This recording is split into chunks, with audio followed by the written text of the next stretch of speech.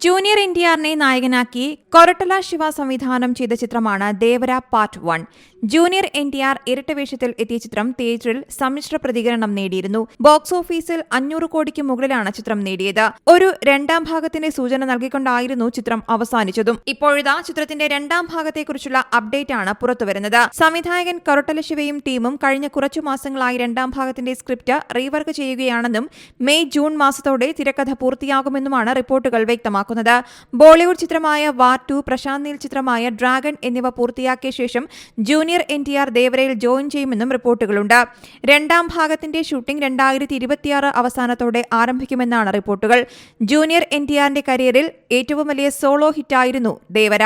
ജനതാ ഗാരേജിന് ശേഷം സംവിധായകൻ കൊരട്ടാല ശിവയും എൻടിആറും ഒന്നിച്ച ചിത്രം കൂടിയാണ് ദേവര. ദുൽഖർ സൽമാന്റെ വേഫറർ ഫിലിംസാണ് ദേവര കേരളത്തിൽ വിതരണത്തിന് എത്തിച്ചത്. ജാൻവി കപൂർ ആയിരുന്നു ചിത്രത്തിൽ നായികയായി എത്തിയത്. യുവസുധ ആർട്സും എൻടിആർ ആർട്സും ചേർന്നാണ് ചിത്രം നിർമ്മിക്കുന്നത്. ജൂനിയർ എൻടിആർ ഇരട്ടവേഷത്തിലെത്തുന്ന ചിത്രത്തിൽ ഭൈര എന്ന വില്ലൻ കഥാപാത്രത്തെ സെയ്ഫ് അലി ഖാനാണ് അവതരിപ്പിച്ചത്. News desk C Malayalam news.